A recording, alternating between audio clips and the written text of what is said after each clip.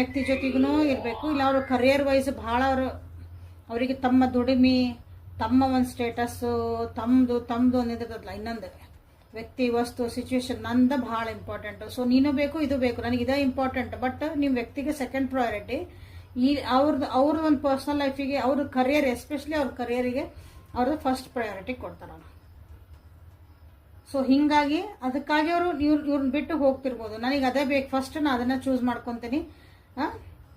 ನೀ ಇರ್ಬೇಕು ನನ್ನ ಜೊತೆಗೆ, ಬಟ್ ಹೆಂಗಿರ್ಬೇಕು, ನಾನು ಇಲ್ಲಿ ಫಸ್ಟ್ ಇಲ್ಲಿ ಪ್ರಿಫರೆನ್ಸ್, ನೆಕ್ಸ್ಟ್ ನೀನು.